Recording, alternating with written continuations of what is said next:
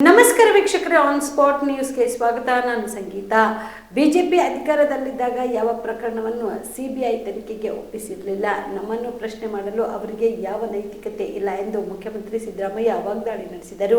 ಮೈಸೂರಿನ ವಿಮಾನ ನಿಲ್ದಾಣದಲ್ಲಿ ಇಂದು ಸುದ್ದಿಗಾರರೊಂದಿಗೆ ಮಾತನಾಡಿದ ಅವರು, ಅಧಿಕಾರದಲ್ಲಿದ್ದಾಗ ಯಾವುದಾದ್ರೂ ಒಂದು ಪ್ರಕರಣವನ್ನಾದ್ರೂ ಕೊಟ್ಟಿದ್ರೆ ನಮ್ಮನ್ನ ಕೇಳಬಹುದು. ನಾವು ಅಧಿಕಾರದಲ್ಲಿದ್ದಾಗ ಸುಮಾರು 7-8 ಪ್ರಕರಣಗಳನ್ನು ಸಿಬಿಐಗೆ ವಹಿಸಿದ್ವು ಎಂದರು. ಬಳ್ಳಾರಿ ಪ್ರಕರಣದ ಬಗ್ಗೆ ಬಿಜೆಪಿ ಜನಾಂದೋಲನ ಮಾಡುತ್ತಿರುವ ಬಗ್ಗೆ ಪ್ರತಿಕ್ರಿಯೆ ನೀಡಿದ ಸಿಎಂ, ವಿರೋಧ ಪಕ್ಷದಲ್ಲಿರುವಾಗ ಯಾವ ಆಂದೋಲನ ಪ್ರತಿಭಟನೆಗಳನ್ನು ಮಾಡುತ್ತಾರೆ ಎನ್ನುವುದು ಅವರ ಪಕ್ಷಕ್ಕೆ ಸೇರಿದ ವಿಚಾರ. ಅದಕ್ಕೆ ನಾವು ಉತ್ತರ ಕೊಡುತ್ತೇವೆ ಎಂದರು. ಇನ್ನು ಶ್ರೀರಾಮುಲು ಜನಾರ್ದನ ರೆಡ್ಡಿ ಅವರು ಕಾಂಗ್ರೆಸ್ ನಾಯಕರನ್ನು ಏಕವಚನದಲ್ಲಿ ವಾಗ್ದಾಳಿ ಮಾಡಿರುವ ಬಗ್ಗೆ ಮಾತನಾಡಿ, ಬಿಜೆಪಿ ಅವರಿಗೆ ಸಂಸ್ಕೃತಿ ಇಲ್ಲ ಎನ್ನುವುದು ಸ್ಪಷ್ಟವಾಗಿ ಗೊತ್ತಾಗುತ್ತಿದೆ. ಜನಾರ್ದನ ರೆಡ್ಡಿಗೆ ಬಳ್ಳಾರಿಗೆ ಬರಬಾರದು ಎಂದು ಏಕೆ ಹೇಳಿದ್ರು? ರಿಪಬ್ಲಿಕ್ ಆಫ್ ಬಳ್ಳಾರಿ ಎಂದು ವರ್ತಿಸಿದವರು ಯಾರು?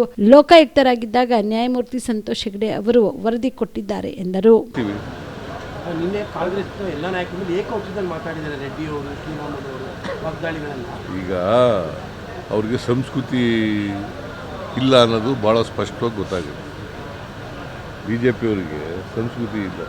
ಹಾಗಾದರೆ ಜನಾರ್ದನ್ ರೆಡ್ಡಿಗೆ ಬಳ್ಳಾರಿ ಬರಬೇಡ ಅಂತ ಯಾಕೆ ಮಾಡಿದರು?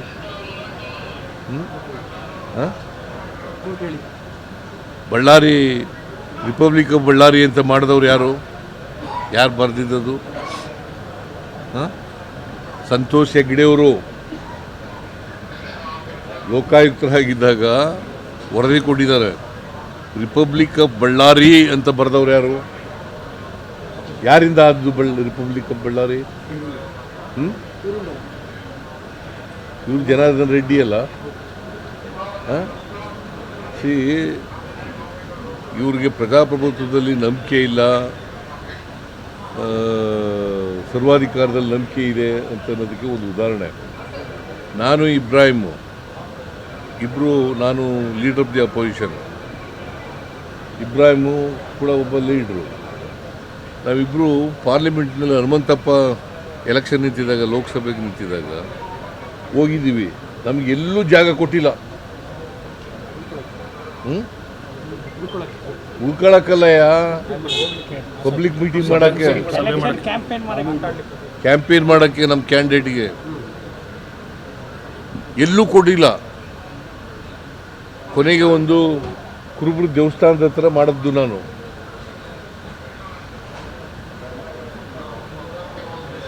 ಅವ್ರಿಗೆ ಪ್ರಜಾಪ್ರಭುತ್ವದಲ್ಲಿ ನಂಬಿಕೆ ಇಲ್ಲ, ಸಂಸದೀಯ ವ್ಯವಸ್ಥೆಯಲ್ಲಿ ನಂಬಿಕೆ ಇಲ್ಲ, ಸಂಸ್ಕೃತಿ ಸರಿ ಇಲ್ಲ. ಅವ್ರಿಗೆ ಗೂಂಡಾಗಿರಿ ಮಾಡ್ತಾ ಇದ್ದವರು ಅವರು. ಅವರಿಂದ ನಾವು ಪಾಠ ಕಲಿಬೇಕಾ? ರಿಪಬ್ಲಿಕನ್ ಕಾಂಗ್ರೆಸ್ ಮಾಡಿದ್ದಾರೆ ಅಂತೀರಾ? ರಿಪಬ್ಲಿಕನ್ ಆಫ್ ಕರ್ನಾಟಕ ಮಾಡ್ಕೊಂಡ್ಬಿಟ್ಟಿದೆ ಕಾಂಗ್ರೆಸ್. ನಾವು ಕಾಂಗ್ರೆಸ್ ಪಕ್ಷ ಯಾವಾಗಲೂ ಕೂಡ ಪ್ರಜಾಪ್ರಭುತ್ವದಲ್ಲಿ ನಂಬಿಕೆ ಇಟ್ಕೊಂಡಿರ್ತಕ್ಕಂಥವ್ರು, ಸಂವಿಧಾನದಲ್ಲಿ ನಂಬಿಕೆ ಇಟ್ಕೊಂಡಿರ್ತಕ್ಕಂಥವ್ರು. ಗೊತ್ತಾಯ್ತಾ? ಸಂವಿಧಾನದ ಆಶಯಗಳಲ್ಲಿ ನಂಬಿಕೆ ಇಟ್ಕೊಂಡಿರ್ತಕ್ಕಂಥವ್ರು, ಸಂವಿಧಾನ ಜಾರಿ ಮಾಡಬೇಕು ಅಂತ ಇರ್ತಕ್ಕಂಥವ್ರು. ರಾಜಕೀಯ ಉದ್ದೇಶ, ರಾಜಕೀಯ ಲಾಭಕ್ಕೋಸ್ಕರ ಈ ಥರ ಮಾಡ್ತಾ ಇರೋ ಸಮಾವೇಶ ಅಂತ ಅನ್ಸುತ್ತಾರೆ. ಬೇರೆ ಇನ್ನೇನಿದೆ? ರಾಜಕೀಯ ಉದ್ದೇಶ ಬಿಟ್ಟರೆ ಇನ್ನೇನಿದೆಯಪ್ಪ? ಈ ಸೆಷನ್ ವಿಚಾರದಲ್ಲಿ, ಕರೆದಿರೋ ಸೆಷನ್ ವಿಚಾರದಲ್ಲಿ ಕೂಡ ರಾಜಕೀಯ ದುರ್ಬಳಕೆ ಅಂತ. ಈಗ ಮೊದಲನೇ ವರ್ಷ ಅಸೆಂಬ್ಲಿ ಶುರುವಾಗುತ್ತಲ್ಲ, ಮೊದಲನೇ ವರ್ಷದಲ್ಲಿ ಆಗಲ್ಲ, ಹೊಸ ವರ್ಷದಲ್ಲಿ ಮಾಡಲೇಬೇಕಲ್ಲ. ಸಂವಿಧಾನ ಸ್ಪಷ್ಟವಾಗಿ ಹೇಳ್ತದೆ, it's A mandatory and the part of the. BPL ration card ಹಾಗೂ ಆಯುಷ್ಮಾನ್ ಕಾರ್ಡ್ ಫಲಾನುಭವಿಗಳಿಗೆ ಸುಜಿನಿ ಆಸ್ಪತ್ರೆಯಲ್ಲಿ ಉಚಿತ ಚಿಕಿತ್ಸೆ. ಕಲಬುರಗಿಯಲ್ಲಿ ಸ್ತ್ರೀ ರೋಗ ಹಾಗೂ ಮಕ್ಕಳ ಚಿಕಿತ್ಸೆಗಾಗಿಯೇ ಪ್ರತ್ಯೇಕ ಆಸ್ಪತ್ರೆ ಪ್ರಾರಂಭ. ಸುಜಿನಿ ಕಲ್ಯಾಣ ಕರ್ನಾಟಕ ಭಾಗದ ಅತ್ಯಾಧುನಿಕ ತಾಯಿ ಮತ್ತು ಶಿಶುವಿನ ಆರೈಕೆಯ ಆಸ್ಪತ್ರೆ.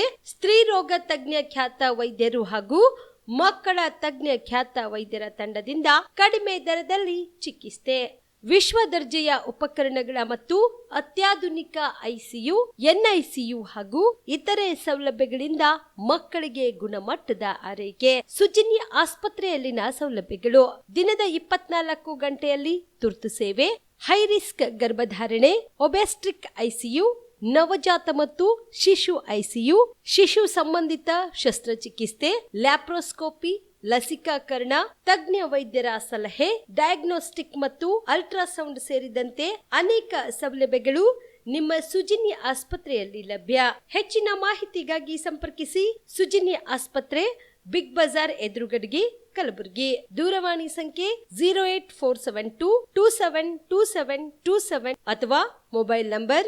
9900427814.